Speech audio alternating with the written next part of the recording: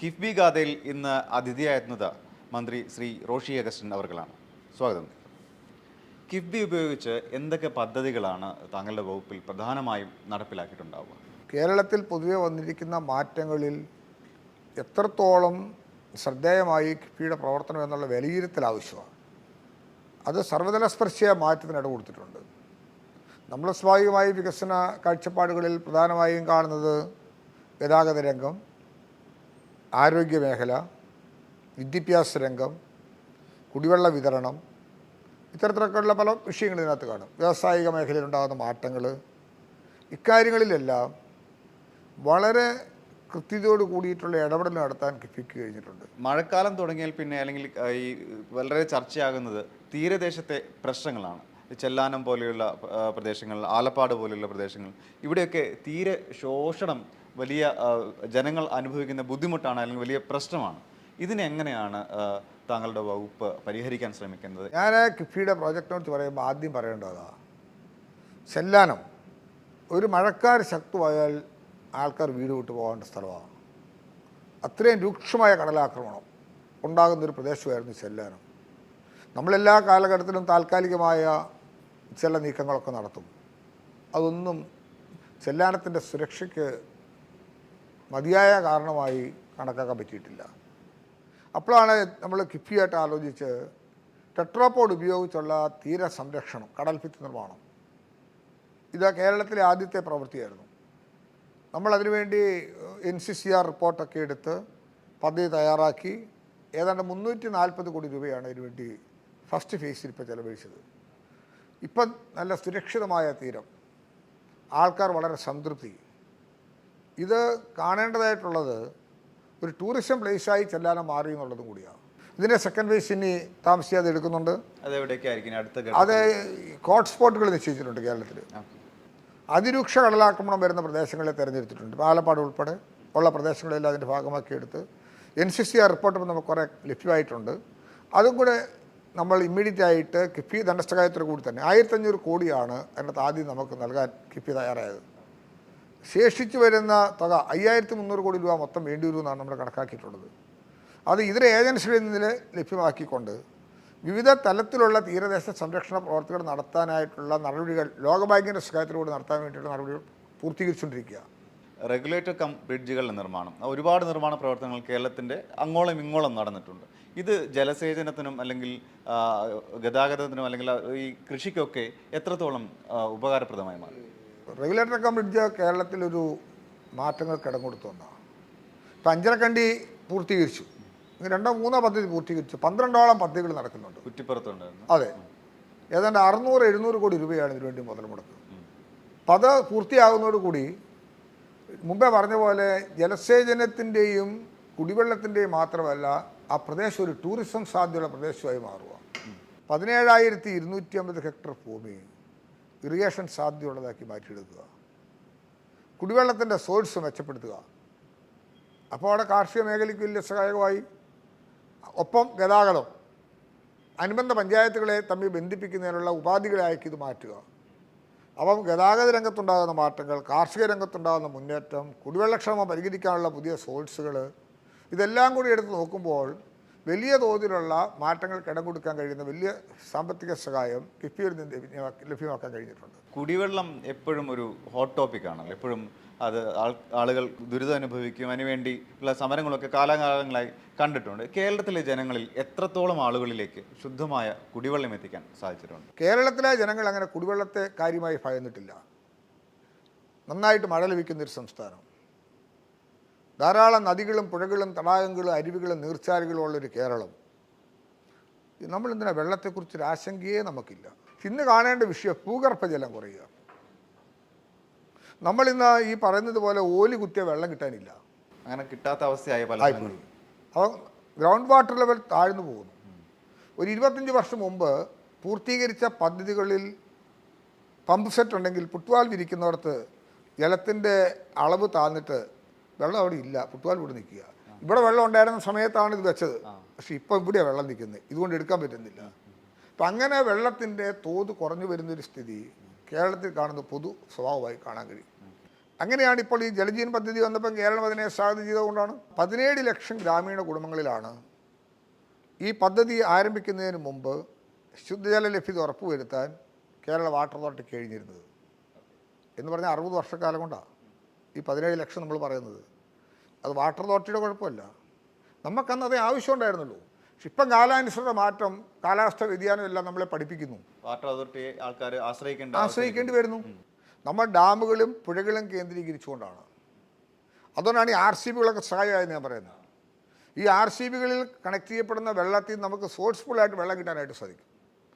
അങ്ങനെ കിട്ടുന്ന വെള്ളം കൊണ്ട് ഇപ്പോൾ നമ്മൾ ഈ നിർമ്മാണ പ്രവർത്തനം ആരംഭിച്ച് 3.5 വർഷം കഴിഞ്ഞപ്പോൾ 17 ലക്ഷം എന്നുള്ളത് 42 ലക്ഷമായിട്ട് മാറി. അത്രയും കൊടുത്തു കഴിഞ്ഞിരിക്കുന്നു എന്നുള്ളതാണ്. ഇനിയിപ്പോൾ വരുന്ന ഒരു 4-5 മാസക്കാലം കൊണ്ട് ഒരു 10-25-30 ലക്ഷം കണക്ഷനോട് കൊടുക്കും. അപ്പോൾ 70,80,000-ഓളം വരുന്ന ഗ്രാമീണ കുടുംബങ്ങളിൽ 80% മുകളിൽ കുടിവെള്ളം കൊടുക്കാൻ നമുക്ക് കഴിയും. ഇപ്പം കേരളത്തിൻ്റെ സ്ഥിതി 115 ഗ്രാമപഞ്ചായത്തുകൾ പൂർണ്ണമായും കൊടുത്തു, 9 നിയമസഭാ മണ്ഡലം പൂർണ്ണമായും കൊടുത്തു. ഈ വരുന്ന ഒക്ടോബർ നവംബർ ആകുമ്പോൾ അത് 300-ന് മുകളിലേക്കാവും. ജാനുവരി ഫെബ്രുവരി ആകുമ്പോഴേക്കും ഞാൻ ഈ പറഞ്ഞ പോലെ എബവ് 600 പഞ്ചായത്തുകളിലേക്ക് വരും. അപ്പോൾ കേരളത്തിൽ സമാനതകളില്ലാത്ത വലിയൊരു മാറ്റമാണ് കുടിവെള്ള വിതരണവുമായി ബന്ധപ്പെട്ട് നടത്തുന്നത്. ഈ പദ്ധതികളുടെ ചില പൂർത്തീകരണത്തിന് ജലജീവനോട് സഹകരിച്ച് സാമ്പത്തികമായ ഇടപെടലുകൾ നടത്താൻ കിഫ്ബി പദ്ധതി കൊണ്ട് സാധിച്ചിട്ടുണ്ട്. ചിലപ്പോൾ അതിൻ്റെ പ്ലാന്റിൻ്റെ നിർമ്മാണമായിരിക്കും, കിഫ്ബി പദ്ധതിയായിരിക്കും. ഡിസ്ട്രിബ്യൂഷൻ ലൈന് മറ്റു കാര്യങ്ങളെല്ലാം ജലജീവനായിരിക്കും.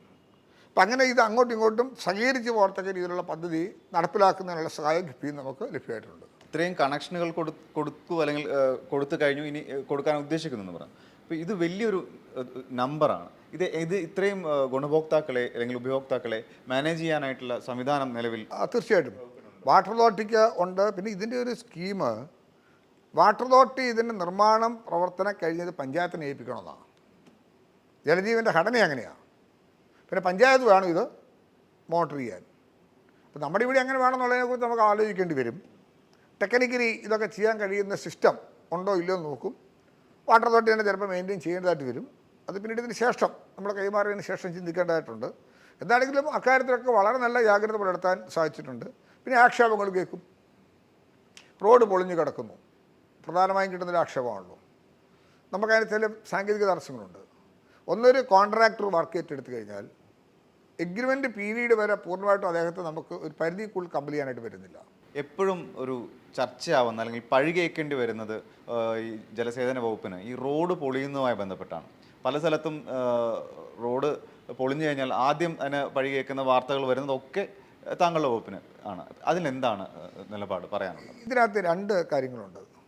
ഒന്ന്, കേരളത്തിൽ ഇതുപോലെ റോഡ് പൊളിക്കേണ്ടി വന്നൊരു കാലം ഉണ്ടായിട്ടില്ല. PWD റോഡുകൾ, NHകൾ, NHAI, അതുപോലെ തന്നെ നമ്മുടെ ഗ്രാമീണ റോഡുകൾ, ഇതെല്ലാം പൊളിയുക. അപ്പോൾ ഇതെല്ലാം പൊളിക്കുമ്പോൾ നിശ്ചിത സമയം കൊണ്ട് പണി തീർത്ത് റിസ്റ്റോർ ചെയ്യണം. കേരളത്തിൻ്റെ സ്ഥിതി അനുസരിച്ച് കാലാവസ്ഥാ വ്യതിയാനം, മഴക്കാലം, സാങ്കേതിക തടസ്സങ്ങൾ, ഇതൊക്കെ ഇതിൻ്റെ ഭാഗമായി വരുമ്പോൾ അല്പയുടെ കാലദൈർഘ്യം ചിലപ്പോൾ ഉണ്ടായെന്ന് വരാം. അങ്ങനെ വരുന്ന സമയത്ത് കുറച്ച് ബുദ്ധിമുട്ടുകൾ ജനത്തിനുണ്ടാവും. പക്ഷേ അതിൽ 70% നമുക്ക് ഓൾറെഡി റിസ്റ്റോർ ചെയ്യാൻ കഴിഞ്ഞിട്ടുണ്ട്. ഇനിയും ചില തടസ്സങ്ങൾ, പൊതുമരാമത്ത് വകുപ്പ് മന്ത്രിയുമായി ഞാൻ നിരന്തരമായി ഞങ്ങൾ കൂടി ആലോചിക്കുന്നുണ്ട്. ഇപ്പോൾ LSTD മിനിസ്റ്ററുമായിട്ടും ഈ കാര്യങ്ങൾ ആലോചിച്ചിട്ടുണ്ട്. ഇത് ഞങ്ങളുടെ ആലോചനകൾക്കും കൂടി അപ്പുറമാണ് ചില കാര്യങ്ങൾ. കാര്യം നമ്മളൊരു തീരുമാനം എടുക്കുമ്പോൾ ചില തടസ്സങ്ങൾ വീണ്ടും വരും. ഇൻഡിവിജ്വലായ ചില പെറ്റീഷൻസ്, ചില പ്രശ്നങ്ങൾ, അതൊക്കെ പിന്നെ ചില കാരണങ്ങളാക്കി മാറ്റുന്നുണ്ട്. എങ്കിലും പരസ്പരം ഡിപ്പാർട്ട്മെൻറ്റുകൾ തമ്മിൽ സഹകരിച്ച് പ്രശ്നങ്ങൾ പരിഹരിക്കാനായിട്ട് നോക്കിയിട്ടുണ്ട്. ഇപ്പോൾ പുതിയ റോഡ് അങ്ങ് ടാർ ചെയ്തു, ഇതാണ് പൊളിക്കാൻ പോകുന്നത്. അപ്പോൾ ജനങ്ങളിൽ എതിർപ്പുണ്ടാവും, അപ്പോൾ കാലതാമസം നേരിടും. എന്നാൽ റോഡ് പൊളിക്കാതെ പൈപ്പ് ഇടാൻ പറ്റത്തില്ല. അങ്ങനെ വരുന്ന സമയത്ത് നമ്മൾ എന്ത് ചെയ്യുന്നു വെച്ച് കഴിഞ്ഞാൽ DLP പീരീഡ് കഴിയാൻ നോക്കി നിൽക്കും. അത് കഴിഞ്ഞിട്ട് പെർമിഷൻ മേടിക്കും, പിന്നെ അത് പൊളിക്കും. അപ്പം അങ്ങനെയൊക്കെ വരുന്ന ചില തടസ്സങ്ങളുണ്ട്. അത് പൂർത്തിയായാൽ മാത്രമേ ഇത് കണക്ഷൻ നമുക്ക് പൂർണ്ണമാക്കാനായിട്ട് പറ്റൂ. പിന്നെ റോഡങ്ങ് പൊളിച്ച് പൈപ്പങ്ങ് ഇട്ട് കഴിഞ്ഞാൽ ഉടനെ ഇത് ഫുള്ളി പെർമനൻ്റ് റിസ്റ്റോർ ചെയ്യാൻ പറ്റാതെ വരും. കാര്യം ഈ ലൈനിനകത്ത് വെള്ളം പ്രഷ് ചെയ്ത് നോക്കണം. എവിടെയെങ്കിലും ഇതിന് പൊട്ടുള്ള ബുദ്ധിമുട്ട് ഉണ്ടായെങ്കിൽ പിന്നെ വീണ്ടും പെർമനൻ്റ് റിസ്റ്റോർ ചെയ്താൽ പിന്നെ ഇത് എടുക്കുക വലിയ പാടായി വരും, ലീക്ക് ഉണ്ടാവാൻ സാധ്യത. അപ്പം അങ്ങനെയൊക്കെയുള്ള ചില ബുദ്ധിമുട്ടുകൾ ഉണ്ടാകുമ്പോൾ സ്വാഭാവികമായും നല്ല റോഡുണ്ടായിരുന്ന സ്ഥലത്ത് റോഡ് ഇളകി കിടക്കുന്നു എന്നൊക്കെയുള്ള പ്രശ്നങ്ങൾ ഉണ്ടായിട്ടുണ്ട്. അതൊക്കെ പരമാവധി പരിഹരിച്ചു പോകാനായിട്ട് പഞ്ചായത്തുകളെയും കൂടി ആശ്രയിക്കുന്നുണ്ട്. പിന്നെ ഇപ്പം വന്നിരിക്കുന്ന ലേറ്റസ്റ്റ് വർക്കുകൾക്കെല്ലാം റിസ്റ്റോർ ചെയ്യാനുള്ള തുക കൂടി ഞങ്ങൾ ഇതിനകത്ത് ഉൾപ്പെടുത്തുന്നുണ്ട്. ആദ്യം വന്നതിനകത്ത് റിസ്റ്റോർ ചെയ്യാനുള്ള തുക ഇല്ലായിരുന്നത് കൊണ്ട് തന്നെ വീണ്ടും കേന്ദ്ര ഗവൺമെൻറ് സമ്മർദ്ദം ചെലുത്തി നമുക്ക് റിസ്റ്റോർ ചെയ്യാനുള്ള തുക അവർ ലഭ്യമാക്കി തന്നു. അങ്ങനെ വരുന്ന സന്ദർഭങ്ങളിൽ ആ റോഡ് ചെയ്യേണ്ട കോൺട്രാക്ടർ ചെയ്യാൻ വിസമ്മതം പറയുകയാണെങ്കിൽ പഞ്ചായത്ത് ആ റോഡ് ചെയ്താൽ പഞ്ചായത്തിന് റീഫണ്ട് ചെയ്യാൻ നമ്മൾ തയ്യാറാണെന്നുള്ള വില നമ്മൾ കൊടുത്തു. അപ്പോൾ ഇത് കഴിയുന്നത്ര പാച്ച് ചെയ്യാനായിട്ട് നോക്കിയിട്ടുണ്ട്. എങ്കിലും കുറച്ചൊക്കെ പ്രശ്നങ്ങളുണ്ട്. അത് പരിഹരിക്കുന്നതിന് വേണ്ടി കഴിഞ്ഞ ദിവസം വീണ്ടും ഞങ്ങളൊരു മീറ്റിംഗ് എടുത്തിരുന്നു.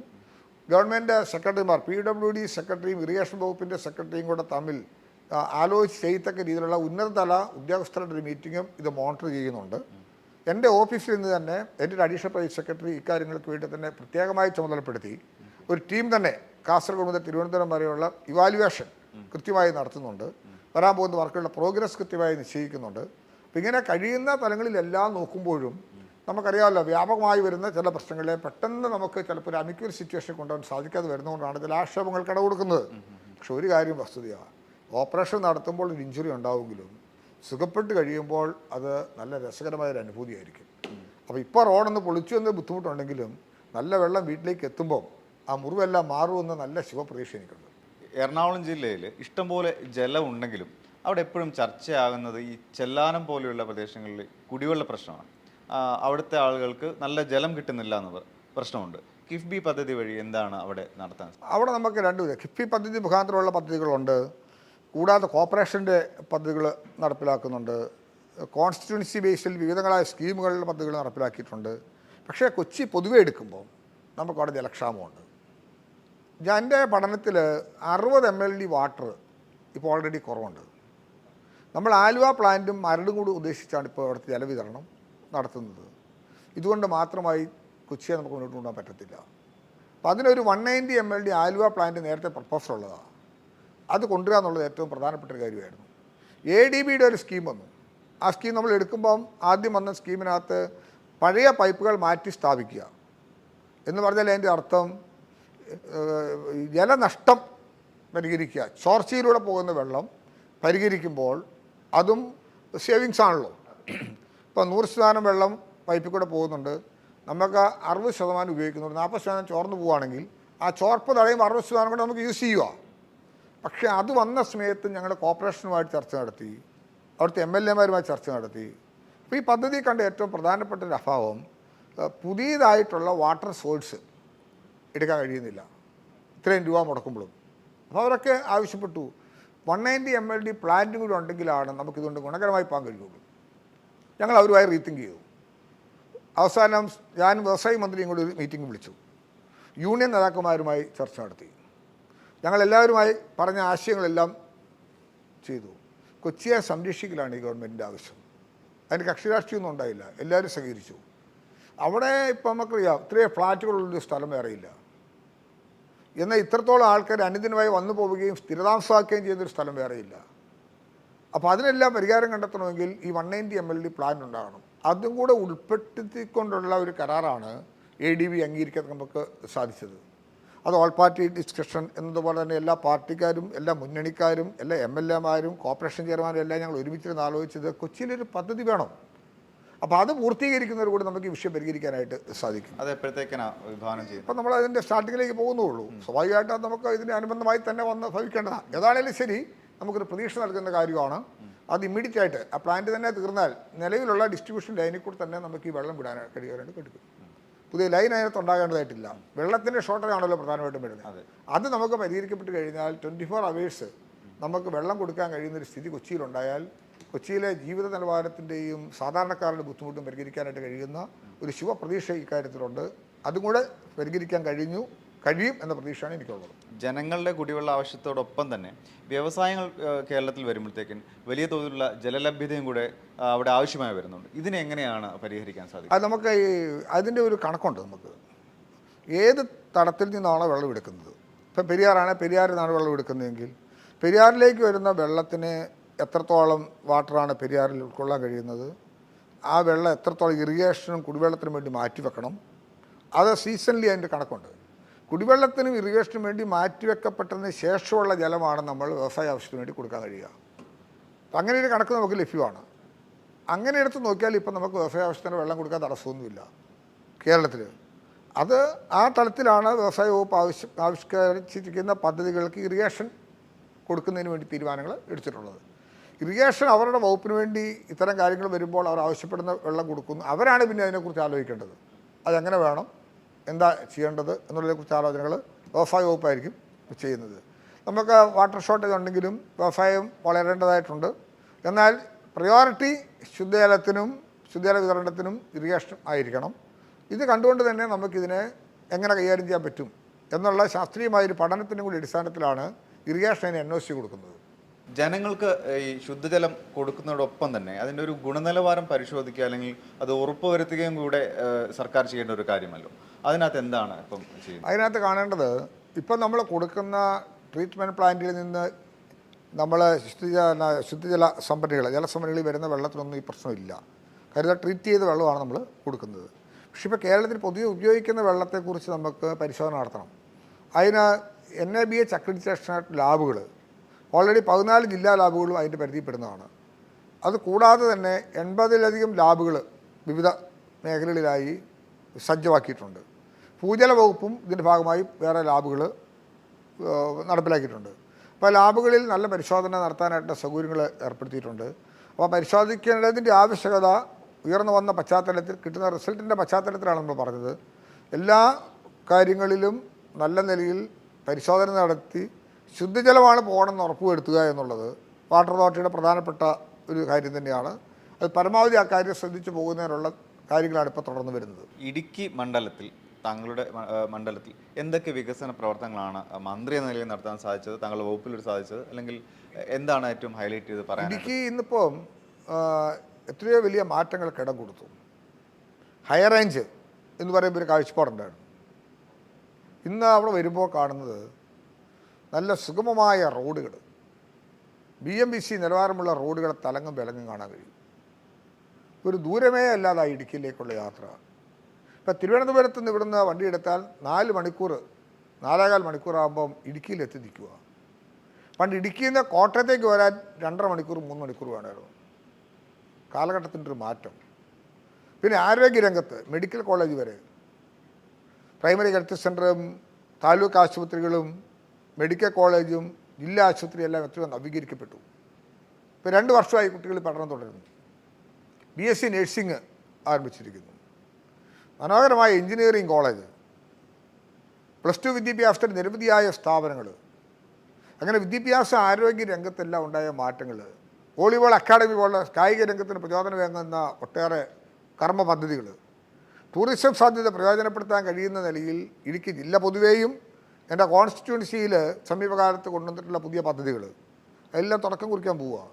ഇറിഗേഷൻ മ്യൂസിയം, സാംസ്കാരിക മ്യൂസിയം, മൾട്ടിപ്ലക്സ് തിയേറ്റർ, മൂലമറ്റത്തുനിന്ന് നാടുകാണിയിലേക്ക് ആരംഭിക്കുന്ന കേബിൾ കാർ പദ്ധതി, വടക്കേപ്പുഴ ടൂറിസം പ്രോജക്റ്റ്, അങ്ങനെ നിരവധിയായ ടൂറിസം പദ്ധതികൾ, ഡിജിറ്റൽ ഷോ, ഇടുക്കി ആർച്ച് ഡാമിൽ ലേസർ ഷോ, അങ്ങനെയുള്ള പദ്ധതികളും കട്ടപ്പന, കാൽവരി മൗണ്ട്, കാഞ്ചിയാറ്, അഞ്ചുരുളി ഉൾപ്പെടുന്ന പ്രദേശങ്ങളിൽ വളരെ മനോഹരമായ ടൂറിസം പ്രോജക്ട്സ് കൊണ്ടുവരുന്നതിനുള്ള പദ്ധതികളൊക്കെ ആവിഷ്കരിച്ച് മുന്നേറുക.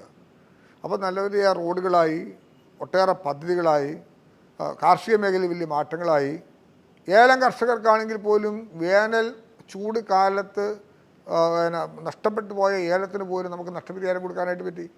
കാർഷിക മേഖലയെ ആദ്യമായിട്ടാണ് അങ്ങനെ സംഭവം. വേനൽ ചൂടിൽ കൃഷി നശിച്ചവർക്കുള്ള ധനസഹായം ആദ്യമായിട്ട് ആരംഭിക്കാൻ കഴിഞ്ഞു. ഇതിനു മുമ്പ് അങ്ങനെ ഇല്ല.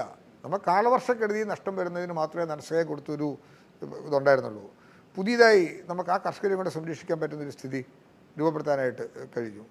കുടിവെള്ളം ഇപ്പോൾ പറഞ്ഞ പോലെ മലയോരങ്ങളിലെ മലമടക്കുകളിൽ കേരള വാട്ടർ അതോറിറ്റി എന്ന് പറഞ്ഞാൽ കേട്ടിട്ടില്ലല്ലോ. നമ്മൾ സാധാരണ മുനിസിപ്പാലിറ്റി കോർപ്പറേഷനിലൊക്കെ അല്ലേ വാട്ടർ അതോറിറ്റിയുടെ പ്രവർത്തനങ്ങൾ കാണുന്നത്. ഇപ്പം നമ്മുടെ കോൺസ്റ്റിറ്റ്യുവൻസിയിൽ കൊടയത്തൂർ, അറക്കുളം, വാഴത്തോപ്പ്, പരിയാപുരം, കാമാക്ഷി, വാത്തിക്കുടി, കൊന്നത്തടി, കാഞ്ചിയാറ്, കട്ടപ്പന, കഞ്ഞിക്കുഴി എന്നൊക്കെ പറയുമ്പോൾ അവിടെയൊന്നും അങ്ങനെ സംരംഭമില്ല, ആവശ്യം വരുന്നില്ല, അങ്ങനെ വന്നിട്ടില്ല. ഇതെല്ലാം ഒരു പാക്കേജായി ഇടുക്കി ഡാമിൽ നിന്ന് വെള്ളം എടുക്കുക. ഇടുക്കി ഡാമിൽ നിന്ന് വെള്ളം എടുക്കൽ മാത്രമല്ല, ആദ്യമായിട്ടാണ് കേരളത്തിൽ ഫ്ലോട്ടിംഗ് പമ്പ് സെറ്റ്. ഡാമിലെ വെള്ളം താഴുമ്പോൾ പമ്പ് സെറ്റ് താഴേക്ക് പോകും.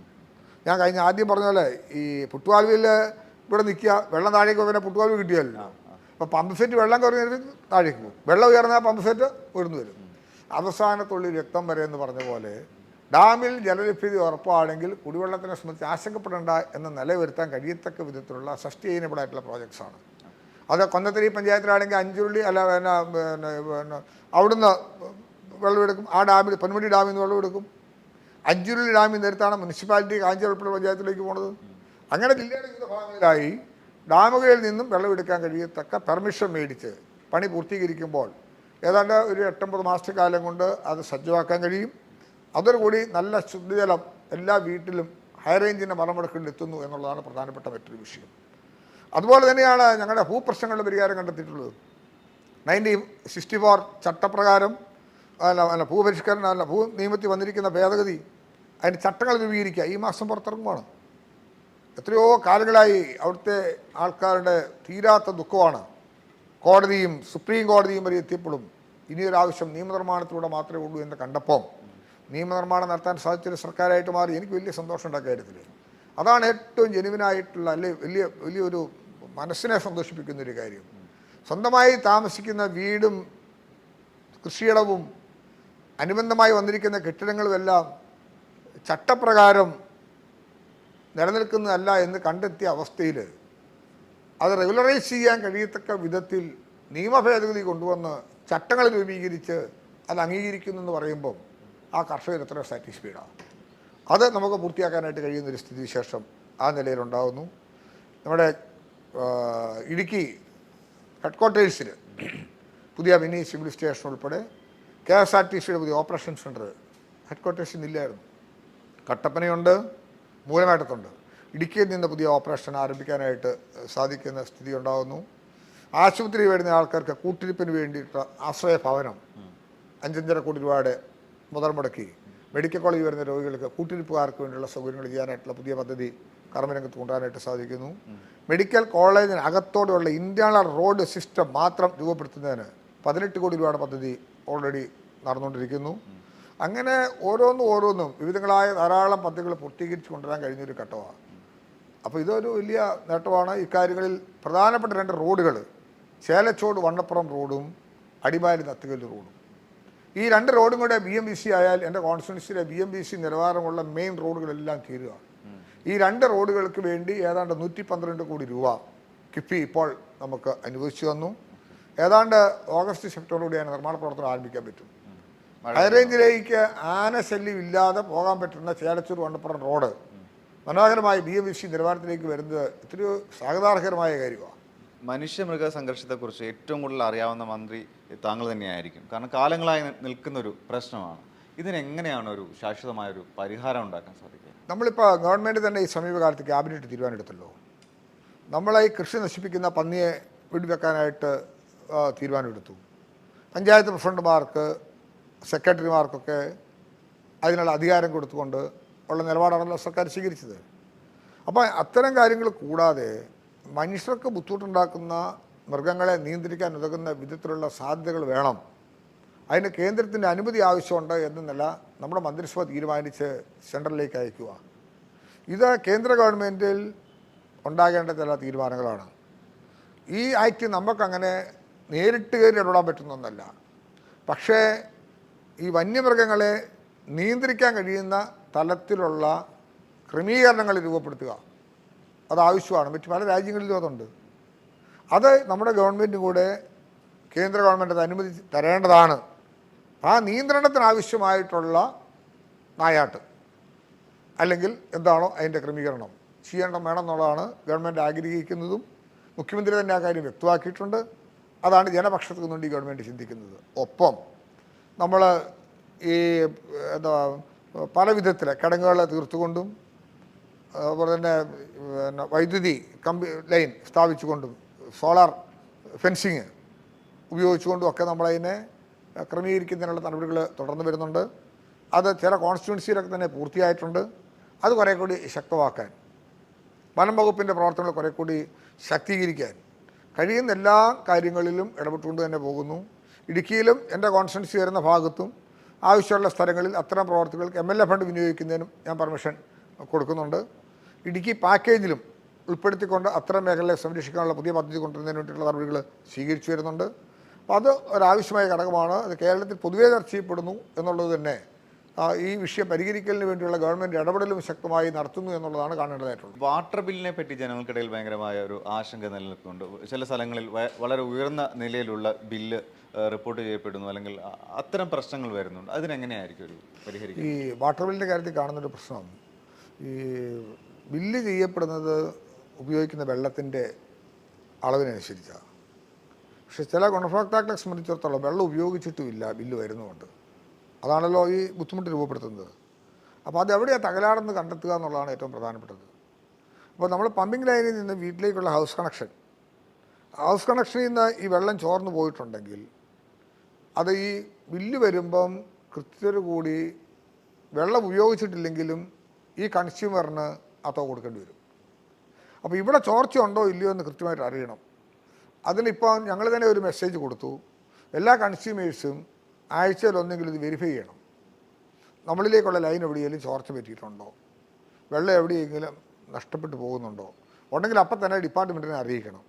അവരത് മെയിൻ്റെനൻസ് ചെയ്യാനുള്ള കാര്യങ്ങളോ അല്ലെങ്കിൽ ഇവർ മെയിൻ്റെനൻസ് ചെയ്ത് ഡിപ്പാർട്ട്മെൻറ്റിനെ തിരിച്ചറിയിക്കുകയോ ചെയ്യണം. അപ്പോൾ അങ്ങനെ ഈ വെള്ളം നഷ്ടപ്പെടുന്നതാണ് ഈ ബില്ല് അധികരിച്ച് വരാനുള്ള കാരണമായി പൊതുവേ നമ്മൾ കണ്ടെത്തിയിട്ടുള്ളത്. എന്നാൽ ടെക്നിക്കലായിട്ട് ചില പ്രശ്നങ്ങൾ ചിലപ്പോൾ ഉണ്ടാകാം. അങ്ങനെ വന്നിട്ടുണ്ടെങ്കിൽ വെള്ളം ഉപയോഗിച്ചിട്ടില്ല, ബില്ല് വരികയും ചെയ്തിട്ടുണ്ടെങ്കിൽ ആ പണം അവർ കൊടുക്കേണ്ടതില്ല. അത് കൃത്യമായി പരിശോധിച്ച് കണ്ടെത്തിയതിന് ശേഷം മാത്രമേ ബില്ല് ഈടാക്കാവൂ എന്ന നിർദ്ദേശവും വാട്ടർ അതോറിറ്റിക്ക് കൊടുത്തിട്ടുണ്ട്.